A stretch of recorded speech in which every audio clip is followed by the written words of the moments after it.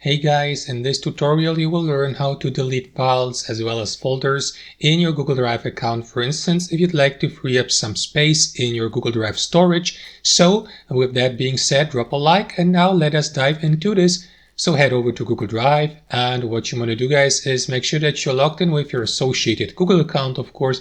And after that, simply select the location of files you would like to delete files from. So for the sake of this tutorial, I will head over to my drive, and what you want to do guys is take a look at that panel here to the right. You will see all files and folders that are part of the given location. So what you want to do guys is simply right click on the given file you would like to delete or the folder. So let me go with that file here for the sake of this tutorial. Select it with your right mouse and select move to trash from the drop down menu, or alternately use the delete key on your keyboard. And that's basically it guys. Just remember that deleting a file doesn't remove it permanently from your Google Drive account.